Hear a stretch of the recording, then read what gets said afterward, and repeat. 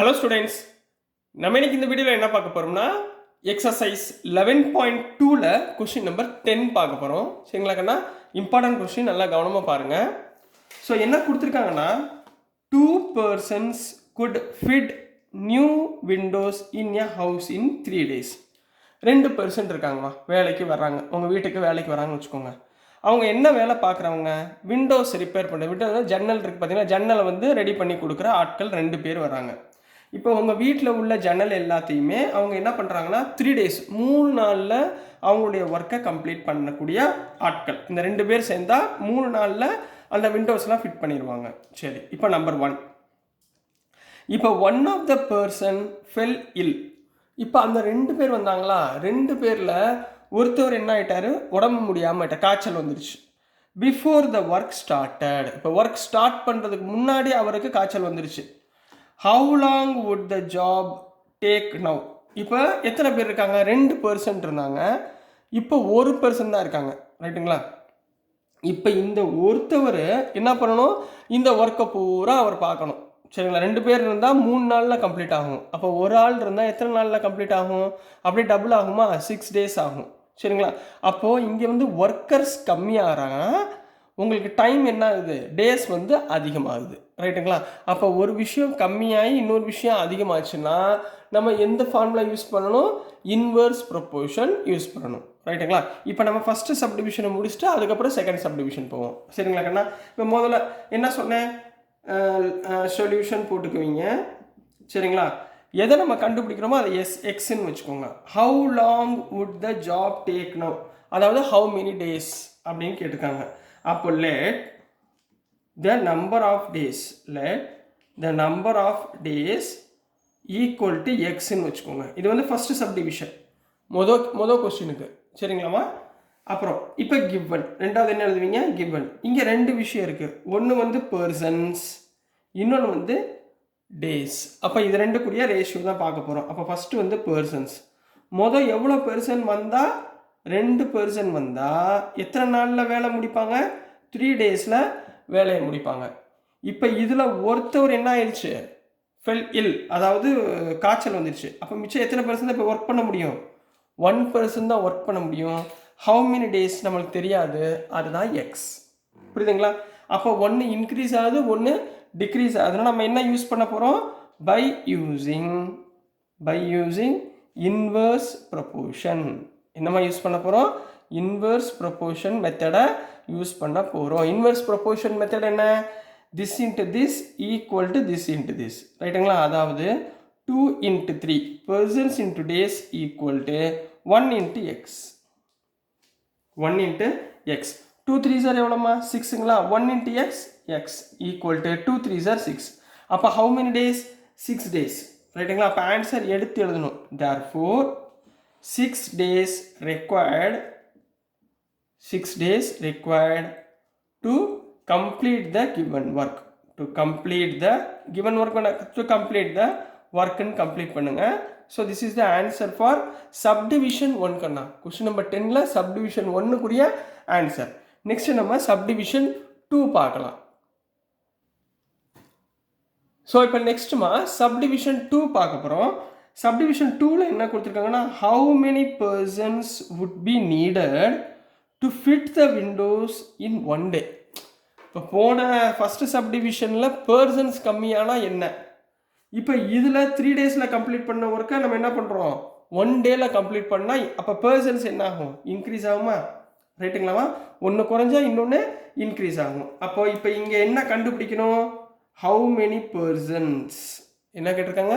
how many persons. அப்போ second சப்டிவிஷனுக்கு எப்படி எழுதுவீங்க? let the number of persons equal to x. ரைட்டுங்களா? இப்போ given என்ன கொடுத்துருக்காங்களோ அதை எழுதுங்க. 2 விஷயம், ஒன்று பர்சன்ஸ், இன்னொன்று டேஸ். அப்போ ஃபஸ்ட்டு சப்டிவிஷன் பர்சன்ஸ், ரெண்டாவது டேஸ். ரைட்டுங்களா? என்ன சொல்லியிருக்காங்க? 2 person வேலை பார்த்தா 3 daysல அவங்க ஒர்க்கை கம்ப்ளீட் பண்ணுவாங்க. இப்போ இங்கே என்ன ஹவு மெனி பர்சன்ஸ் கேட்டிருக்காங்க. அப்போ பர்சன்ஸ்க்கு நேராக எக்ஸ் போட்டுக்கோங்க. டே எத்தனை டேயில் முடிக்கணும்? 1 dayல முடிக்கணும். அப்போ 1 dayல கம்ப்ளீட் பண்ணணும். ரைட்டுங்களாப்பா? அப்போது எதை யூஸ் பண்ண போகிறீங்க? by using inverse proportion. ரைட்டுங்களா? என்ன பண்ண சொன்ன inverse ப்ரொபோர்ஷனில்? this into this equal to this into this. ரைட்டுங்களா? அதாவது 2 into 3 equal to x into 1.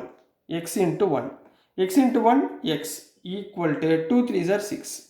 அப்போ எனக்கு எத்தனை பேர் தேவைப்படுறாங்க? 6 persons தேவைப்படுறாங்க. இப்போ ஆன்சர் எப்படி எழுதுவீங்க? therefore 6 persons. புரியுதுங்களாம்மா? உங்களுக்கு ஒன்று அண்டர்ஸ்டாண்ட் ஆயிட்டா? So x is equal to 6 வந்து 6 persons இங்கே கால்குலேட் பண்ணணும். So 6 persons needed to complete the work அப்படின்னு முடிக்க போறீங்க. So this is the answer for question number 10ல subdivision 2 கண்ணா. ஓகேங்களா? ஸோ நெக்ஸ்ட் நம்ம கொஸ்டின் நம்பர் 11 பார்க்கலாம். ஸோ நெக்ஸ்ட்மா கொஸ்டின் நம்பர் 11 பார்க்க போகிறோம். கொஸ்டின் நம்பர் 11ல் என்ன கொடுத்துருந்தாங்கன்னா, a school has 8 periods a day each of 45 minutes அப்படின்னு கொடுத்துருக்காங்க. அதாவது ஒரு ஸ்கூல்லம்மா ஒரு நாளைக்கு 8 பீரியட் நடக்கும். சரிங்களா? இந்த 8 பீரியடில் ஒவ்வொரு பீரியடுக்கும் அவங்க எவ்வளோ மினிட்ஸ் ஒதுக்குறாங்க? 45 மினிட்ஸ். ஒவ்வொரு பீரியடுமே 45 மினிட்ஸ்ன்னு சொல்லியிருக்காங்க. How long would each period be? எவ்வளோ ஒரு பீரியடு எவ்வளவு நிமிஷமாக இருக்கும்? If the school has 9 periods. இப்போ 8 பீரியட்ஸாக இருந்தால் ஒரு பீரியடுக்கு 45 மினிட்ஸ். இப்போ 9 பீரியட்ஸ் இருந்தால் ஒரு பீரியடுக்கு எவ்வளோ மினிட்ஸ்? அப்போ பீரியட்ஸ் என்ன ஆகுதுங்க? 8 பீரியட்ஸாக இருக்கிறது 9 பீரியட்ஸாக இன்க்ரீஸ் ஆகுது. அப்போ இந்த மினிட்ஸ் 45 மினிட்ஸ் என்ன ஆகும்? டிக்ரீஸ் ஆகும். 45 மினிட்ஸ் என்னமாகும்? டிக்ரீஸ் ஆகும். அப்போ ஒரு வேல்யூ இன்க்ரீஸ் ஆகுது, இன்னொரு வேல்யூ டிக்ரீஸ் ஆகுது. அப்படின்றப்ப நம்ம என்ன யூஸ் பண்ணணும்? இன்வெர்ஸ் ப்ரொபோர்ஷன் யூஸ் பண்ண போகிறோம்.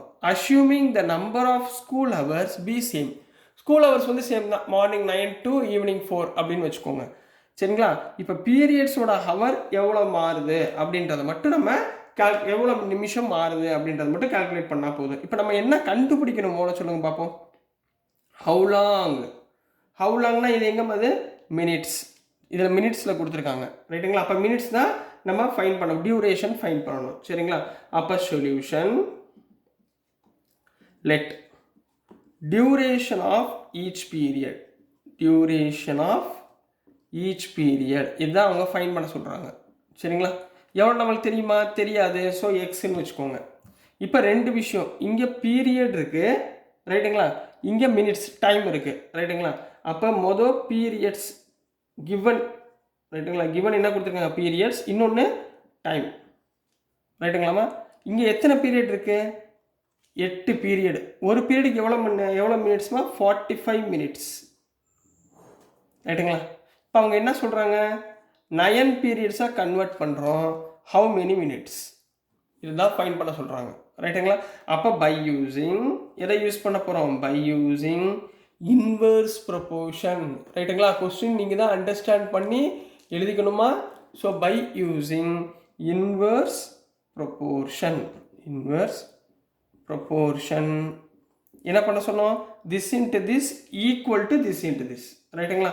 அதாவது 8 into 45 equal to 9 into X. கிளியராகண்ணா? ஸோ எக்ஸை வச்சுக்கோங்க, 9 இந்த பக்கம் கொண்டு வாங்க. 8 into 45 divided by 9. ரைட்டுங்களா? 9 ones are 9, 9 5s are 45. 8 cross 5, 8 cross 5 40. ரைட்டுங்களாப்பா? So answer வந்து 40 மினிட்ஸ். ஸோ என்ன எழுதணும்? therefore each period duration should be 40 minutes if the school has எத்தனை பீரியட்ஸ்? 9 பீரியட்ஸ். 9 பீரியடாக இருந்தால் அதில் ஒவ்வொரு பீரியடுக்கும் எத்தனை மினிட்ஸ் நம்ம ஒதுக்க போகிறோம்? 40 மினிட்ஸ் தான் ஒதுக்க முடியும். So this is the answer for question number 11 Kanna.